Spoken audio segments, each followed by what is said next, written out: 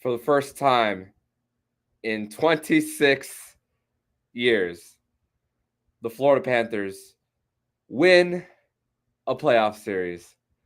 On this edition of the Locked On Florida Panthers podcast, I have the guys from PantherParkway.com to discuss this 4-3 overtime win over the Washington Capitals to clinch not only the game, but the series for the Florida Panthers, like I said, as they advance for the first time since June 1st, 1996.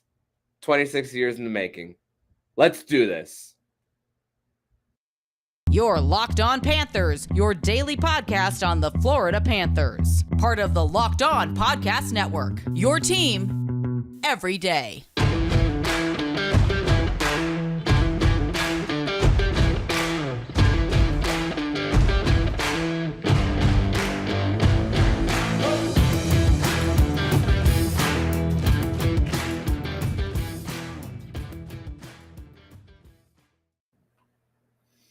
And welcome to this bonus Friday night post-game edition of the Locked On Florida Panthers podcast, part of the Locked On Podcast Network, where it's your team every day. Thank you for making the Locked On Florida Panthers podcast your first listen of the day. I'm Armando Velez from PantherParkway.com, and you can follow me on Twitter at MoneyMan12. Follow the show account on Twitter at LO_FLA Panthers. And thank you for making the Locked On Florida Panthers podcast your first listen of the day. Don't forget to also subscribe and listen to the Locked On NHL and Crosscheck NHL show with Andrew Berkshire and Mary Clark, where they'll be covering all the postseason activities around the National Hockey League. Cats fans, I have a question for all of you. How are you feeling? Because I feel good. I feel real good. Man, generations of fans, including myself, including some of you, have dealt with so much heartbreak. Rumors about this team possibly moving to now this. Brought a new coach, even though he's not here anymore. Brought in a new GM who now complemented everything from the core three of Barkoff, Huberdeau, and Ekblad. And now this team has this franchise for the first time since June 1st, 1996. They have won a playoff series. And it's a celebration here on Locked On Panthers and for the guys at Panther Parkway. And speaking of, let me bring in the guys into the show to discuss how we're feeling about all of this. And it's voices that you guys have heard many times on the show. Nick Fairbanks of Fairbanks Friday, and Jacob Winans from Winans Wednesdays on the show. Gentlemen, how are you feeling? I have to say that after many years of torment, teasing, and just overall heartbreak, feeling elated this evening. And I'll pass it off to Jacob. Yeah, it's been a long time coming. It's something that I haven't done in my lifetime. I'm going on 22 years old. It's been 26 years since they last did this. So just to give you an idea of how long this has been, like you said, Armando, it's been generations. Last time the Panthers won a playoff series, my mom was working in the Panthers media department, and now I am. It's been a real long time. So yeah, that predates me. So this is big time. Yeah, and then when you think about as well the arena that they play in, not a playoff series win there neither. Relocating there in the late 90s, and of course the relocation rumors, like I said at the top, and I was just talking about this with Nick pre-recording, that when the Florida Panthers lost to the New Jersey Devils in Game 7, I was still a little new to my fandom of the Florida Panthers, so I didn't really feel too emotionally hurt at the time when the Panthers lost that Game 7. I was very heartbroken from the Trocheck was tripped game, and that was my real big sense of heartbreak as a Panthers fan. And of course, you think about the Bugner years where they had all those games in hand. Their last game of the season was that snowstorm makeup game against the Boston Bruins that meant nothing, but still with all those points, they felt they set the record for the team that had the most points that had never made the postseason at the time. And you bring in Q, even though he's not here anymore, bring in a new GM, though Dale Talon did a great job drafting the core three.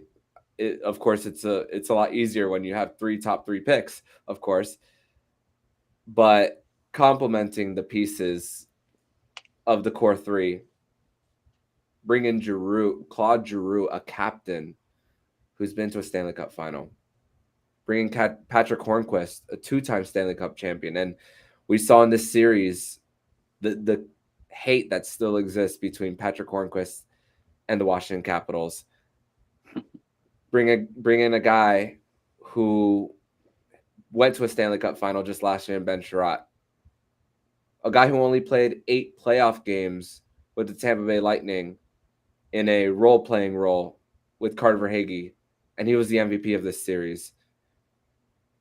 Look at everything that Bill Zito has done to build a winner.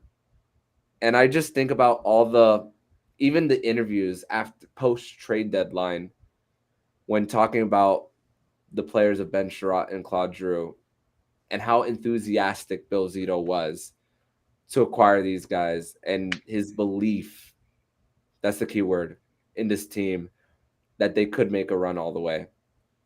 Even though it's only one round, and seeing that we said it, that you win a round, and now the momentum can really begin for the Panthers because they did this with allowing 6 power play goals and going 0 for 18 in this series. Just incredible how they've been able to do this, especially even strength. So what a team, gentlemen. And I couldn't be more proud to call myself a Panthers fan after a night like this. I'll start with Jacob. Yeah, absolutely. I want to first address the trade deadline acquisitions. Claude Giroux, we paid a high price for him, giving up one of our top young players in Owen Tippett, but the guy showed his value in this playoff series. You look at game 1, he gets a goal, he gets on the board right away. Game 5 scores a huge goal to put that one away. And then tonight was his best game as a Panther. It's two massive assists, including the game-winning assist to Carter Verhaeghe. Scores a huge goal to tie the game in the third period. That is what you got him for. Ben Sherratt was huge as a penalty killer. He slotted in very nicely next to Ekblad as a defensive D on that top pair, and it allows Forsling and Uyghur to pair back up, and they were fantastic. So both of those big acquisitions from the trade deadline have really, really carried their weight so far. And props to Sherratt in particular tonight, along with Aaron Ekblad, clearly playing injured after that first period. Sherratt's injury looked particularly concerning. I didn't think he was coming back into that game, but he gutted it out, and he played a huge part in this win. So yeah, the trade deadline work from Zito this year was masterful. It's really paid off, and like you said, you start building that momentum, they can carry you a long way. So the second round is going to be, I've said this whole time, the second round is going to be the hardest round of this playoffs. They're riding a high right now, so it's going to be some fun, exciting hockey. I go back to the 2012, playoff series where, it's a back and forth struggle between the Florida Panthers and the New Jersey Devils, and every game is just, they're scoring 3 goals, and then the other team's going to come back and score 4 goals. And there were some similarities between that playoff team and this one, where it didn't matter what the score was going to be. The team that was trailing was going to come back. And all the experts said that Florida could not play this style. And they did have to change, but guess what? Comeback cats, cardiac cats came through, and I think they really proved to the league that they're for real. You got to give your hat off to Bill Zito for putting this together. He didn't blow up the team. There was some talk maybe amongst us that maybe you have to part with one of the core players to kind of change and reshape the team, but he didn't do that. He kept the team together, kept the core together, and was able to complement them. And what a find in Carter Verhaeghe. I want to call him Con Hagee right now because he's got to be the Conn Smythe favorite right now, even after the first round. 12 points. Some guys don't even get that in, their whole lifetime of playing hockey, getting into the playoffs, and he was able to do that in a round. He's also scored the last 3 game winners of the game, so 2 in OT, and then obviously the last game. It just shows you how much depth and that not every player has to be a superstar in order to make an impact.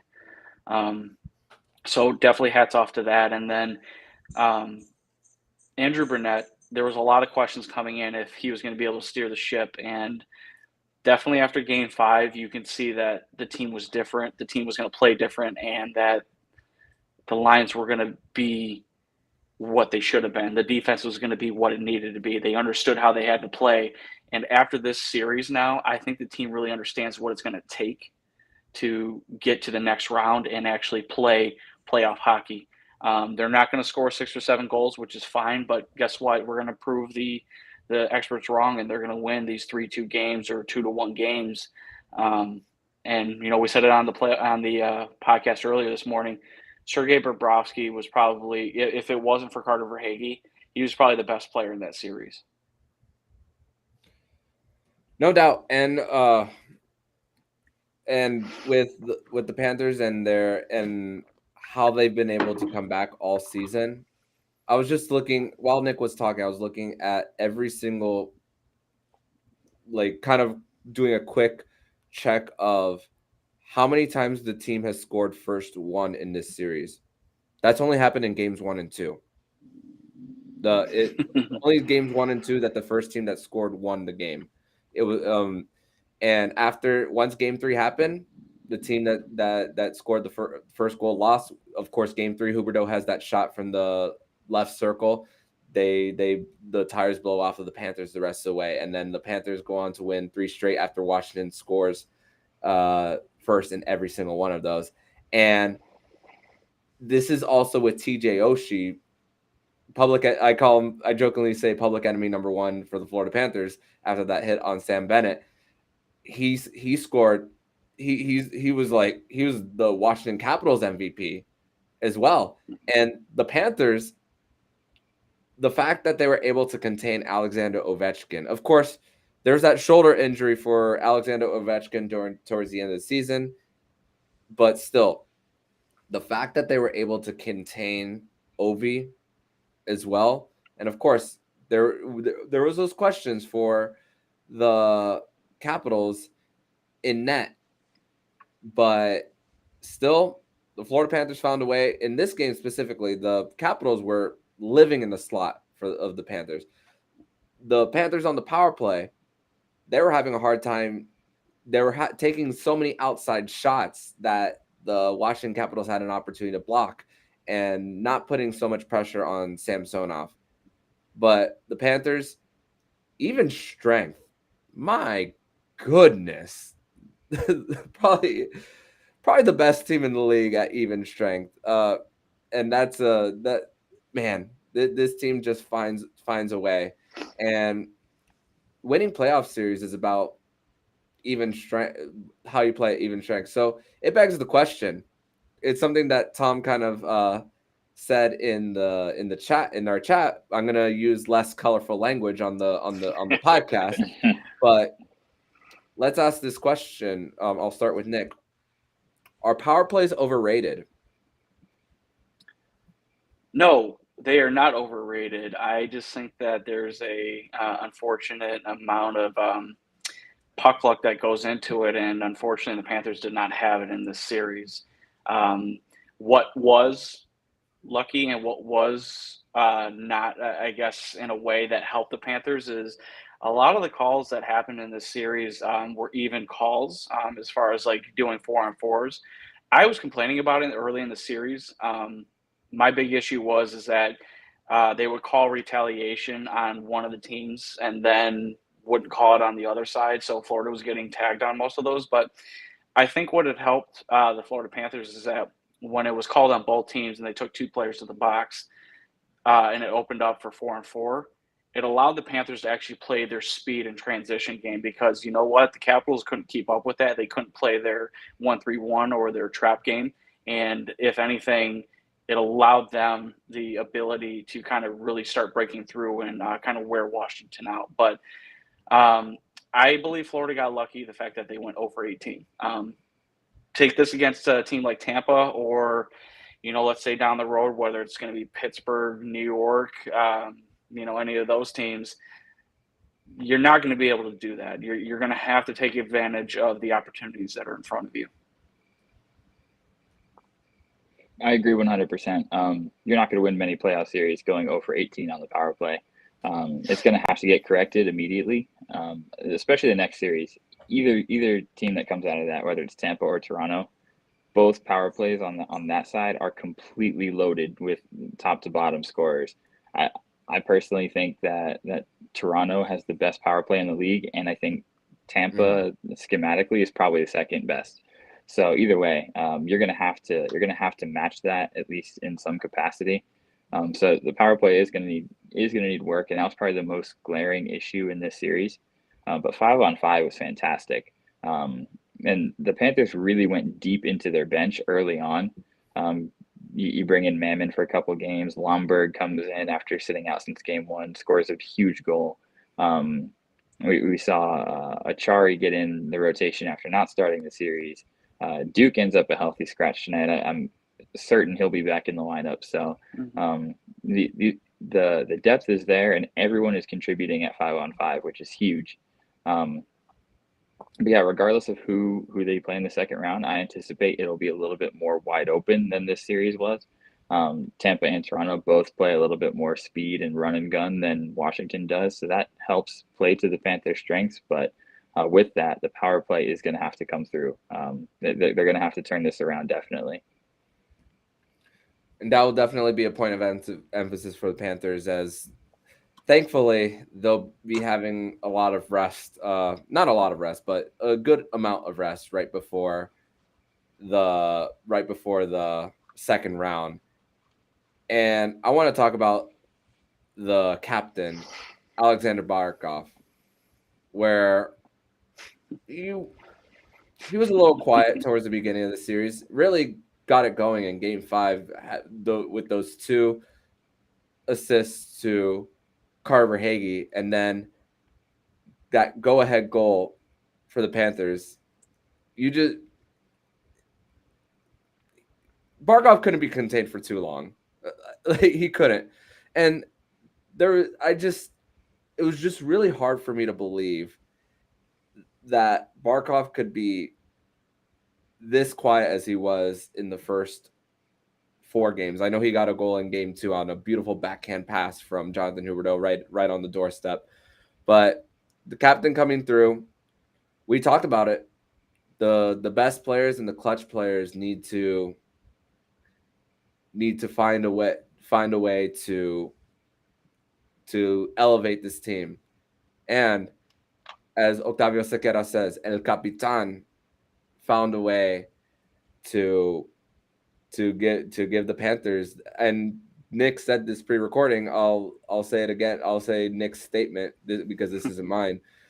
That Nick was telling me how when Barkoff scored that go-ahead goal, that he knew that the Panthers had it in the bag.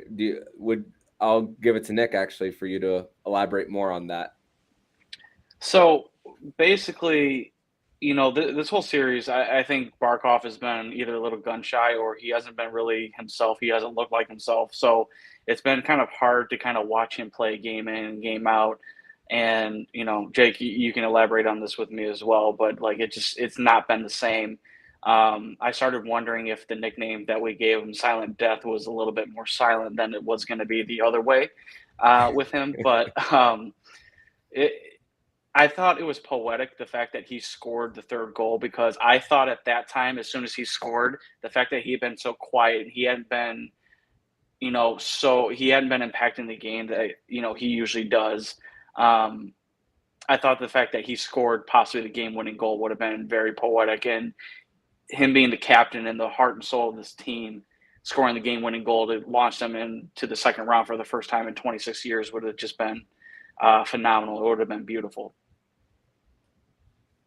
But, it didn't turn out that way. But you know what? As you said, clutch players make clutch plays, and Carter Verhaeghe, damn. Yeah, where Barkoff is concerned, it's crazy. We're talking about him like he's in some horrible slump. Guy had a point per game for the series. And what was his plus minus? I mean, it had to be over 5. So +8. He +8, yeah. So a point per game and +8 for the series, and we're talking about that as if it's a slump. That just speaks to how good he really is. But yeah, he's gonna have to up the physical game a little bit in the coming series. Whether it's Toronto or Tampa, you're gonna be matched up with Braden Point, or you're gonna be matched up with Austin Matthews. It's not going to be an easy matchup for him. He's going to have to up his physicality, but he stepped up tonight, and yeah, he's the captain for a reason. You can't really question his leadership when they're able to rally after giving up that late goal. He factors in on the game winner.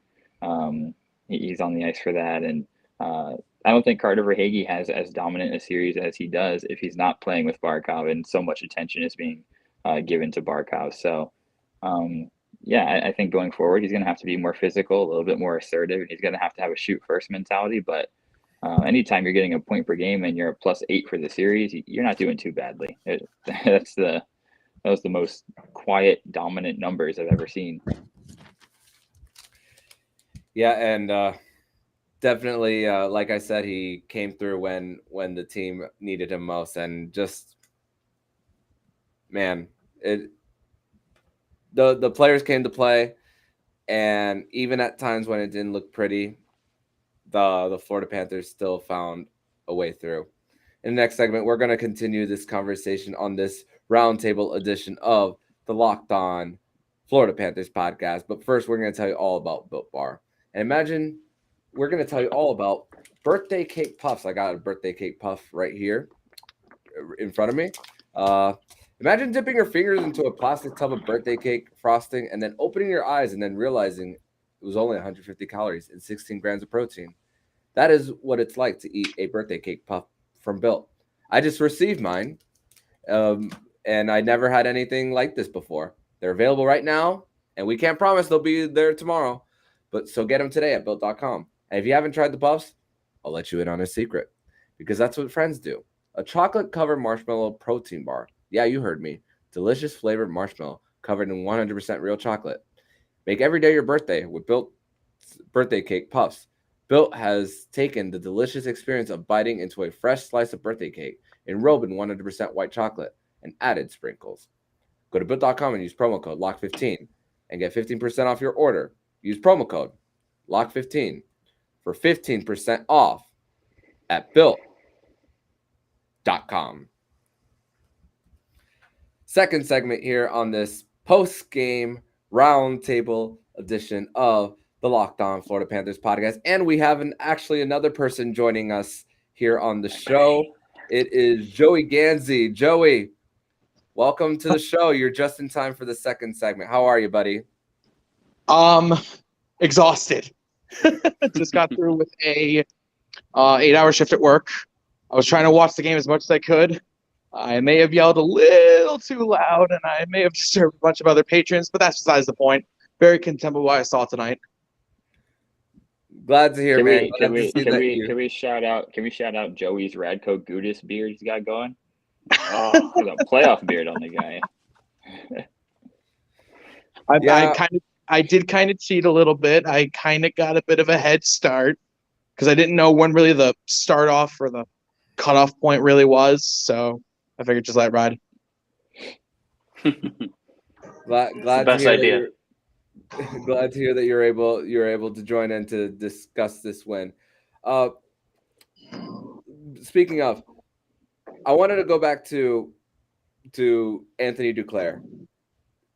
Andrew Burnett had to make the tough decision to scratch Anthony Duclair, only having one shot on goal this entire series for the Cats.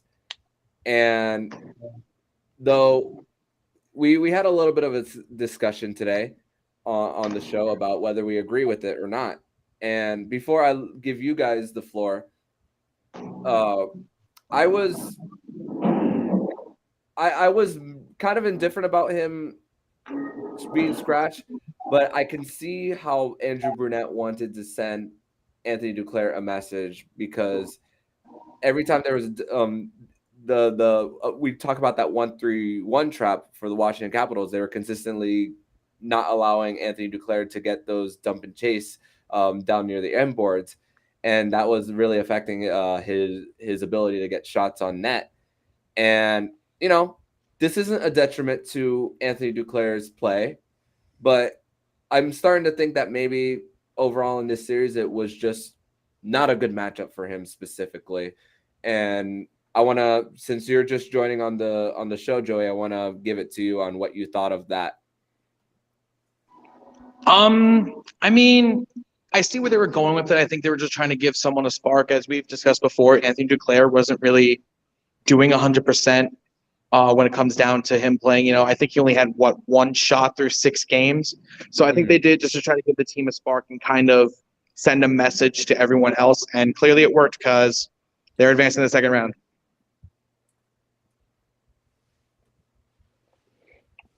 Yeah, I was a little bit outspoken about it. I didn't necessarily agree with it. I think it's a big risk to bench a 30-goal scorer, especially in a closeout game.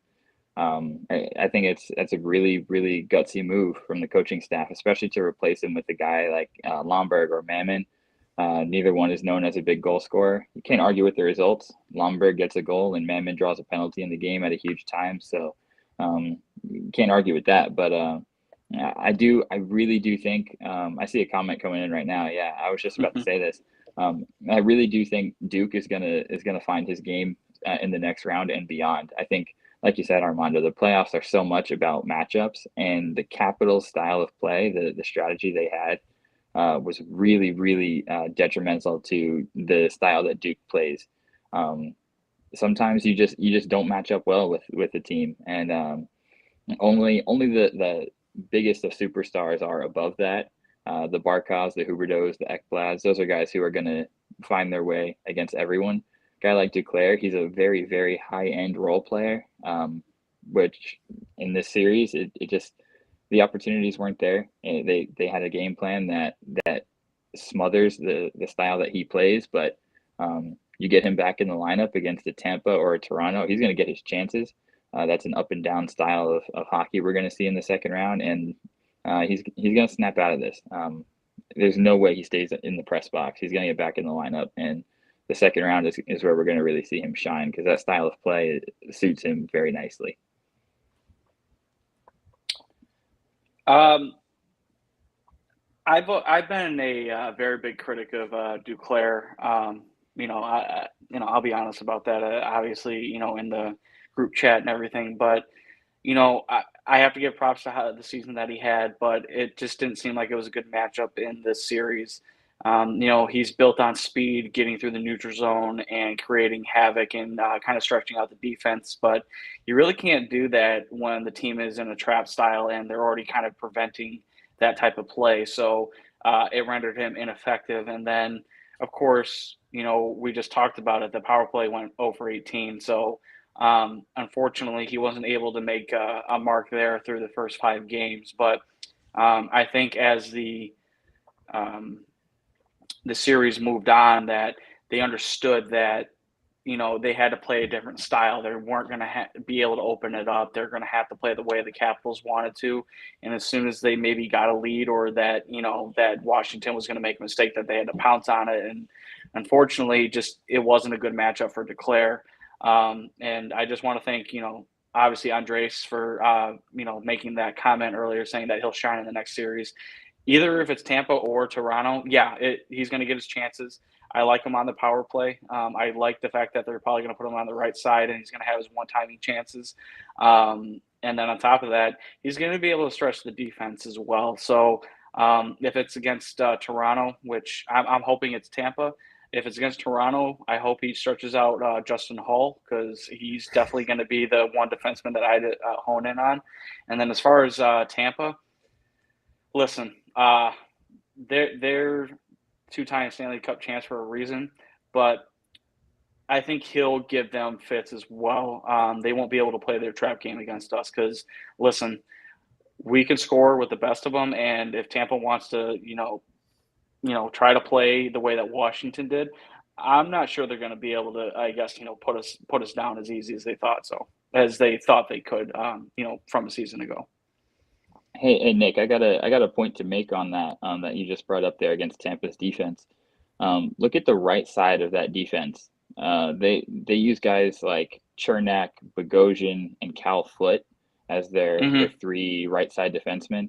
Not a single one of those guys has anywhere near the foot speed necessary to keep up with the Panthers wingers. So if you can get Duclair in a middle six role, attacking on that right side of the defense, he really can cause fits for them. And I think that's exactly where we're going to see him deployed if it is Tampa. And then similar thing with Toronto, their right side features guys like Lyubushkin. They've got, like you said, Justin Hall. These are not the fastest guys. These are big defensive, stay-at-home kind of bruisers. So I feel like you attack that right side of the defense, a guy like Duclair with his foot speed, he can make a big difference. Mm-hmm. Yeah, and definitely I expect a better series from Anthony Duclair coming up in the next one, whoever it may be. I want to talk about a little bit of a scare that we saw early in the game with the defensemen, Aaron Ekblad and Ben Sherratt. And the physicality of the Washington Capitals really came to play early.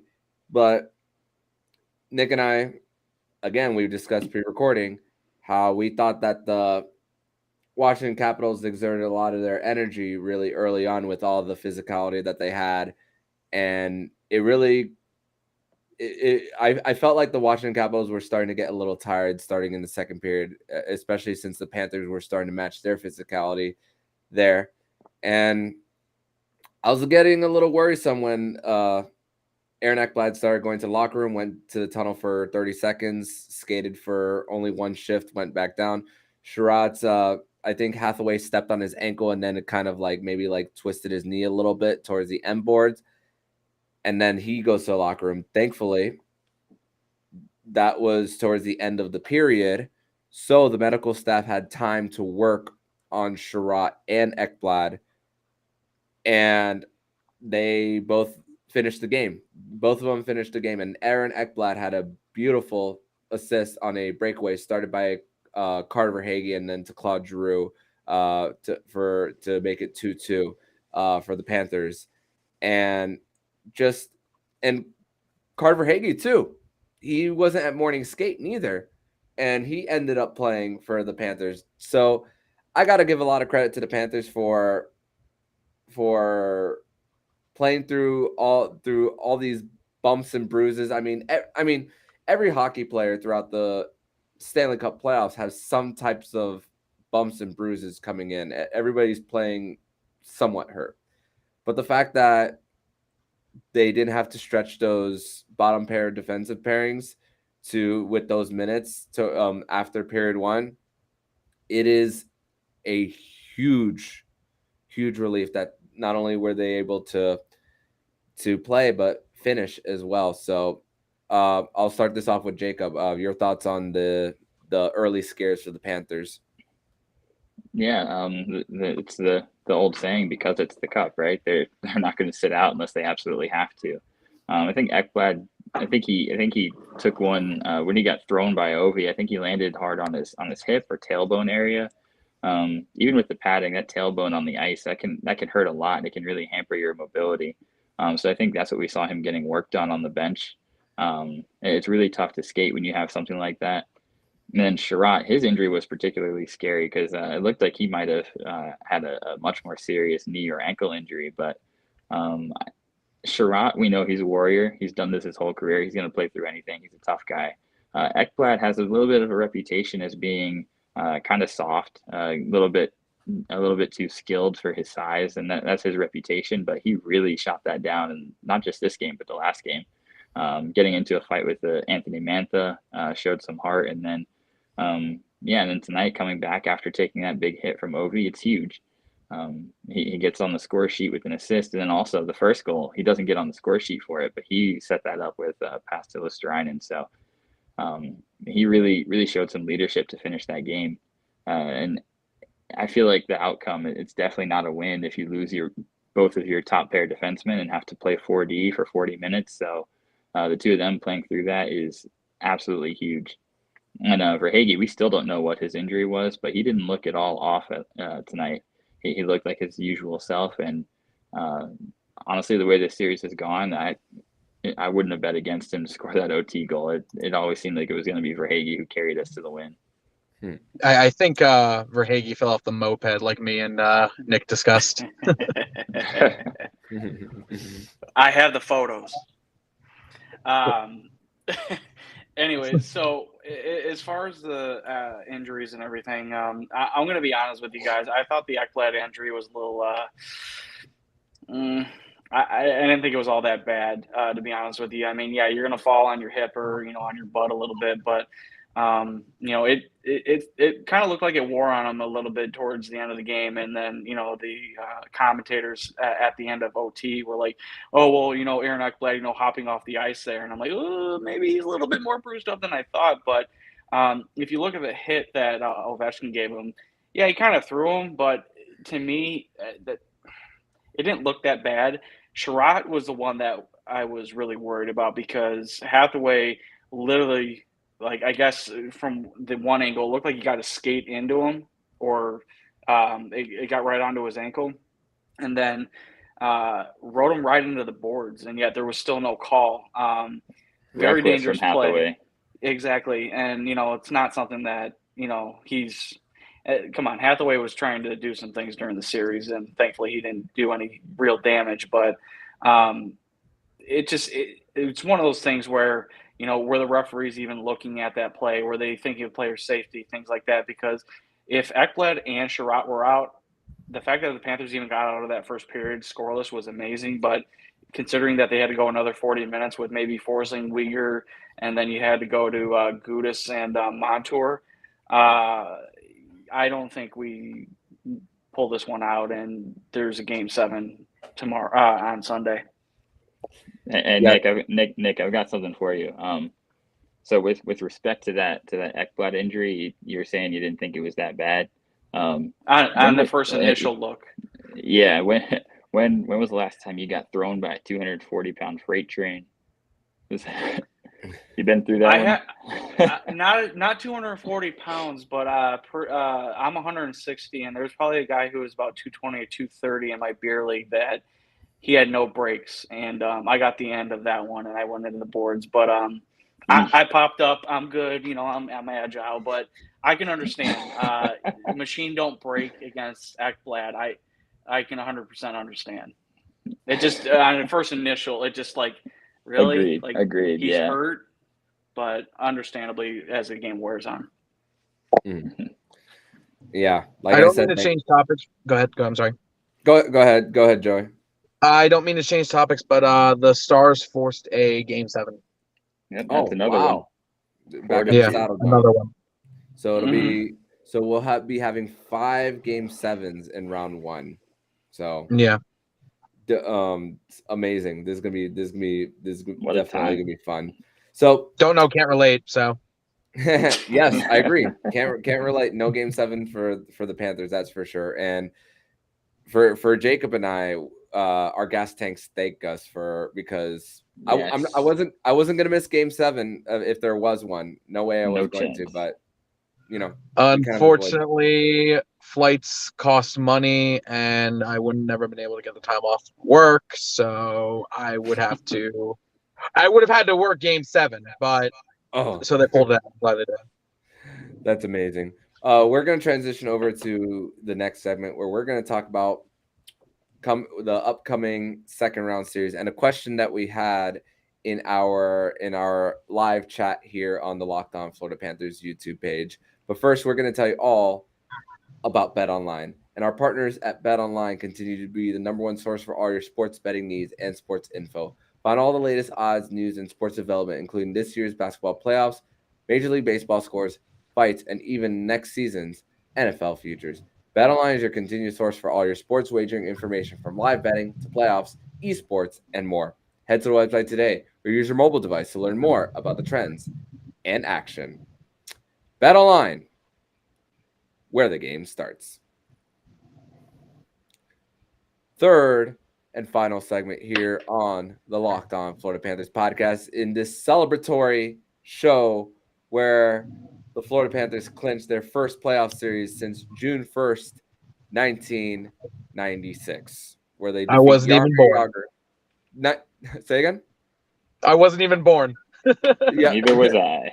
I'm in a room with a bunch of Gen Zers. What is going on? One millennial. Yeah, okay, 93 boomer. right here. So here's a question, guys. We're gonna go that way. Okay. Indeed, we are. I don't think Frank and Tom are on here, boys. Those are the real ones. Yeah, they haven't dealt with they dealt with this team, this franchise from the start. All right, guys. So here's the question from the chat that we received here, and there's pros and cons to every single scenario of regardless of who the Florida Panthers play in round 2. And for everyone listening live on the show, feel free to put in your answers in the live chat and interact. But we have in Tampa for the Lightning, there's the best goalie in the world, Andre Vasilevsky. There's experience in Stamkos, Point, Hedman, Killorn, you name it. And the other side, for Toronto, best power play unit in the league this year. But their goaltending's not as good. They signed Hari Satari, and he was immediately claimed off of waivers from the Arizona Coyotes. So there was that debacle. Got a veteran, a Norris Trophy winner in Mark Giordano, even though his play has kind of fallen off in the last few years. But as far as, even though the Tampa Bay Lightning do have the experience, I mean, I've said this on the show. I want Tampa. I want Tampa in round 2 because it'll be very fitting.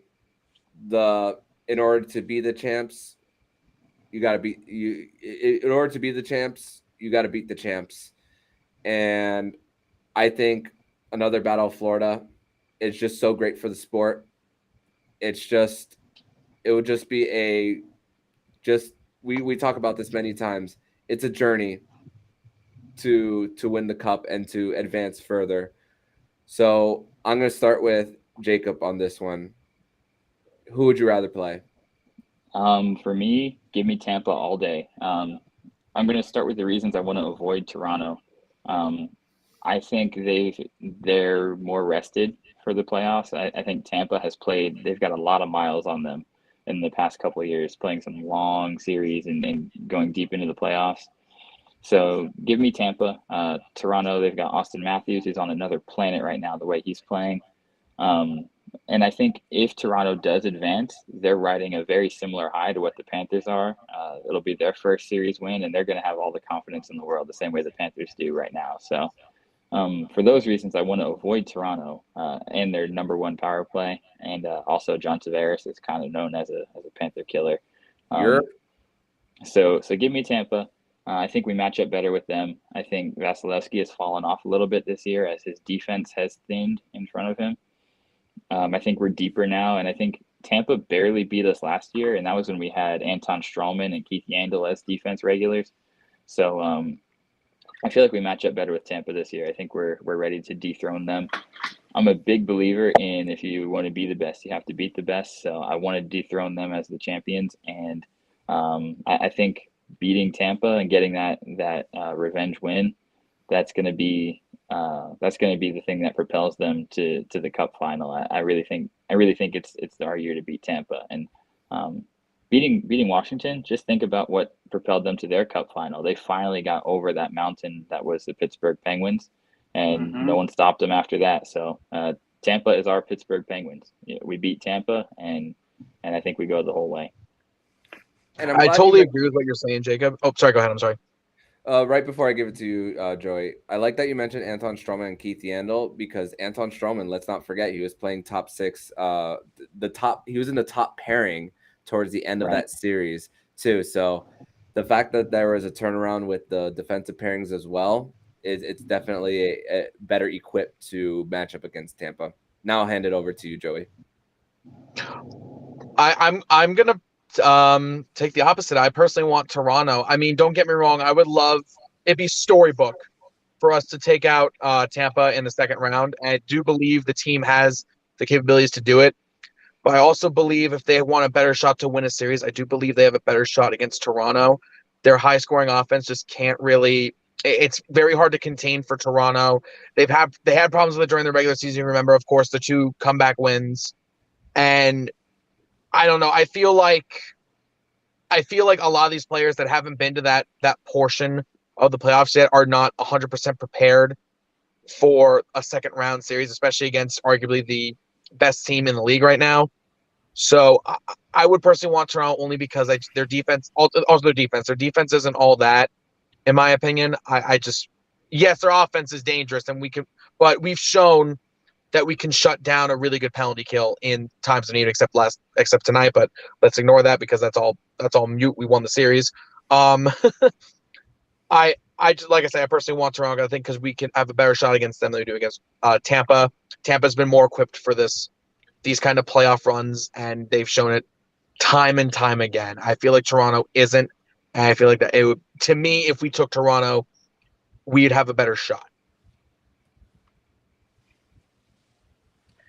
Well, I don't know if there's anything I could add to both of those at all. I mean, I want Tampa. I want them after that first round. I want revenge. And the biggest thing is being able to beat the 2-time Stanley Cup champion and putting them to bed. They've had their run. You know, the last year that they won the cup, you know, they circumvented the cap. They played on that. They played on that during their celebration. Time to take them out. I'm sorry. It's an arrogant team and an arrogant fan base. Correct. And you know what? I think the Panthers can use that to their advantage because you know what? They're probably going to come into this series if they end up winning tomorrow, that they're going to be arrogant again, saying, oh, we got to play these yahoos again. No, it's not going to be the same Panthers team that you faced last time. So give me Tampa. Let Toronto boil in their misery as they have since '67.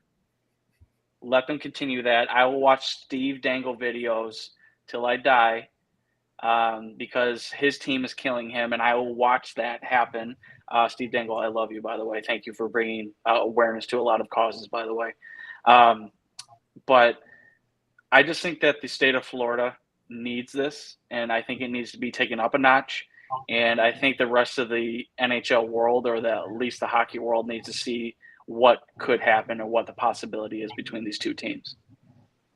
Last year was a first round. You do it in the second round this year. It's only a heightened rivalry. I think that'd be fantastic for the game, honestly. Mm-hmm. And especially in what's considered a small market. Yep. And I also think about on the West Coast as well. If the Edmonton Oilers win tomorrow, yep, and of course Calgary wins on Sunday, there could be a Battle of Alberta too. And that would be sick. That would be absolutely must see hockey on the West Coast. And I think about it from the Edmonton Oilers side of how they were able to win a game 6 without Darnell Nurse, their number one defenseman. And it's crazy that we could see that on the other side as well. And man, hey Armando, I got a question for you on this topic actually. So Panthers versus Lightning, if that is the case, one, obviously you introduce Aaron Ekblad to this series for the first time, but you're another Heat guy like me. You think Carter Verhaeghe rides this hot streak into Tampa and gives them a little Jimmy Butler Philly situation? Jimmy buckets. He could very well do so. They paid Fat Pat Maroon instead of Carter Verhaeghe, and they will regret that forever. And just imagine going into Tampa and just sticking it to them for not qualifying an offer. And speaking of the Miami Heat, the schedule for the Eastern Conference Finals is out for the Heat. They'll be having a Tuesday, Thursday start. The earliest that round 2, can start for the Panthers would be Monday. I don't know if the NHL wants to force a team all the way in Toronto, whoever wins a game 7, to just play a game 2 days later. Don't know how they don't know. Too bad. Should have won it in 6. I said too bad. Should have won it in 6. Ruthless, Jacob. Dang. Yeah, you finally went around. Here's your prize. 2 days later, let's go. Yeah. So yeah, there could be a possibility that game 1 could be Monday at FLA Live Arena. And speaking of, like I said, FLA Live Arena, you still have home ice advantage throughout every single series you win. And that's the beauty of it, that you don't have to rely on if you're facing a team from the other side. It's like, I want home ice, so I want the lower seed to win so that they're in that situation. No. The Panthers, no matter what happens, no matter how far they win, they take care of their business. They'll have that. And of course, you got to take care of that business. Of course, we saw them drop game 1 in this series, and then they found a way to get it right back, and then they just took it from there. We saw 3-0 in game 5. And how huge is it to have that game 5? We always talk about home ice as a game 7 advantage. How big is it to have that game 5 at home? Because that's usually the game that decides the series is game 5. So in a 2-2 to have that game at home, that was probably the craziest atmosphere we've seen in that building. So the home ice advantage is a massive thing to have at this point of the year, because I don't know how this series turns out if we fall behind 3-0 in Washington instead of at FLA. Mm-hmm. They found a way to win. I think that's what a lot of playoff teams need to do in these kind of situations. A lot of good teams find ways to win. We talked about it with Edmonton. We talked about it with Toronto for a brief moment. We've talked it with teams that, don't really get too much playoff success. This team is completely different from what we've had in years and years past. And unfortunately, I do have to get going, so I'll leave with this. Like I said, personally, I want Toronto. I believe this team can go far, but it's going to come down to mental toughness. And as I've said previously, I do believe this team absolutely has it. They didn't like Jacob said, they didn't let the 3-0 leads, bring them down. They didn't let going down 2-1 in the series bring them down. They didn't let getting absolutely shabammed in game 3, 6-1, bring them down. They kept going with what they knew best, and they strived to win the series 4-2. And now everyone's going to go down in Panthers history as arguably the greatest Panthers team of all time. With that, I unfortunately have to go because I got a long drive to get home. You guys have a great night. What a freaking win. I'll see you guys hopefully soon. Thank you for joining, Bye, Joey. Absolutely. And We're just close to wrapping up here on this post-game edition of the Locked On Florida Panthers podcast. And we have a funny comment from Andres Orozco here. And Jacob, you can relate to this as well. So I'm going to post this comment right here for why we want to see Yep. Tampa. That's me 100%.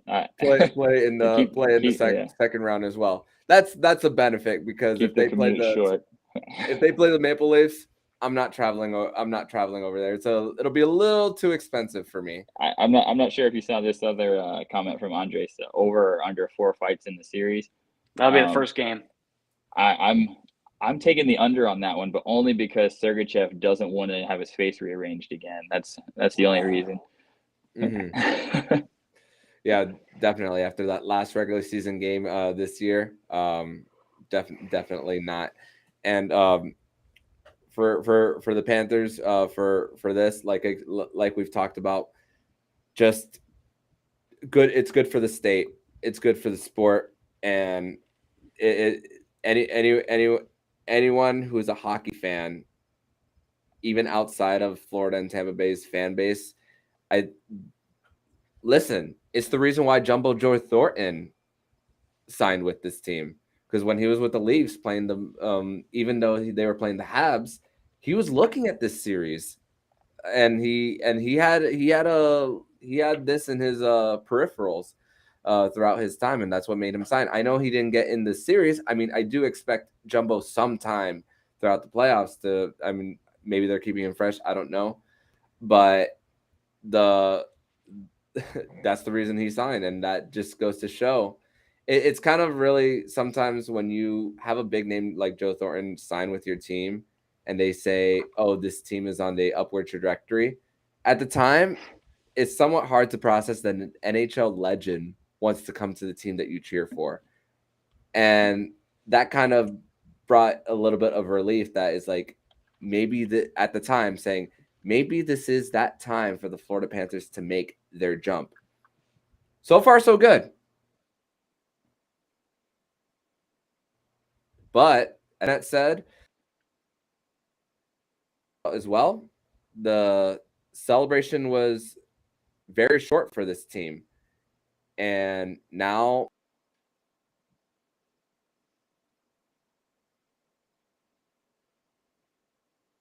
Did we lose audio? Even further, get to their first Eastern Conference final since '96.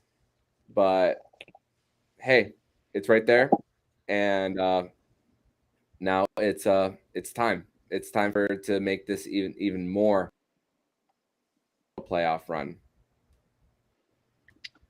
So I'll leave. Let's start with Nick on this one. Can you hear me?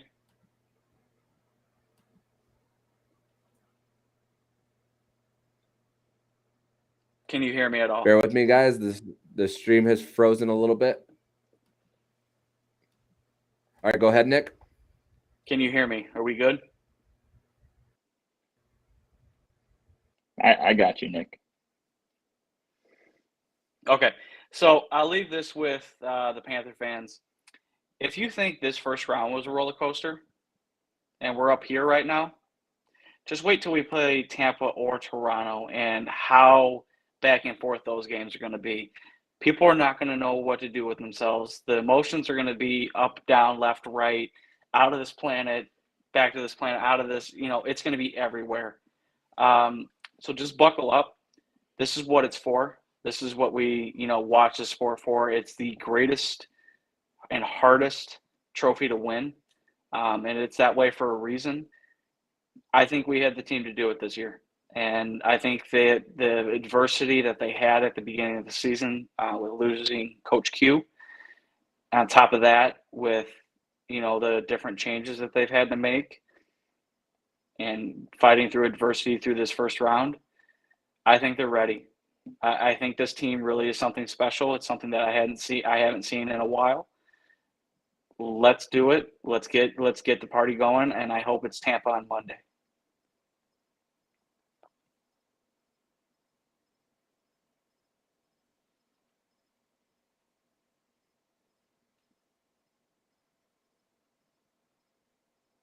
Jake, I don't know if you want to go. Yeah, I can hear you. All right, you can go ahead.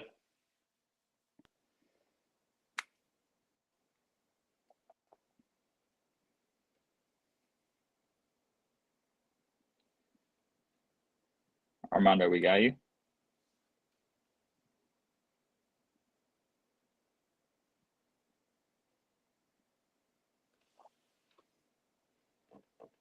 I think the Tampa fans cut his internet. Could be.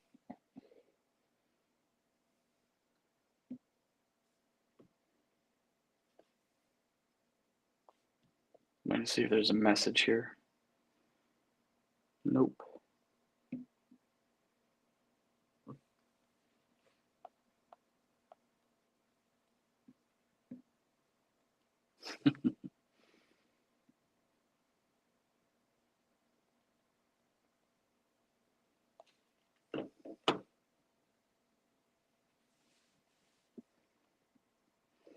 And for everybody who's in the YouTube room right now, we do apologize for the technical difficulties.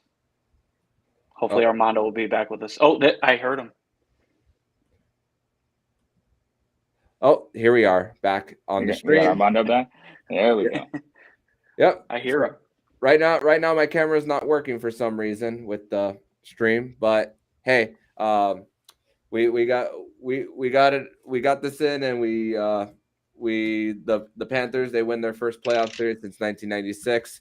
A little bit of technical difficulties at the end on my part. Apologies about that, Cats fans. But hey, the Florida Panthers win their first playoff series since 96. And we are celebrating tonight, guys. So thank you, everybody, for listening. Thank you to my two guest hosts, Jacob Winans, Nick Fairbanks, and, of course, Joey Ganzi for jumping on for a little bit. So, Jacob, Nick, thank you once again so much for joining me on this edition of the Locked On Florida Panthers podcast. And see you guys on your respective dates for the shows.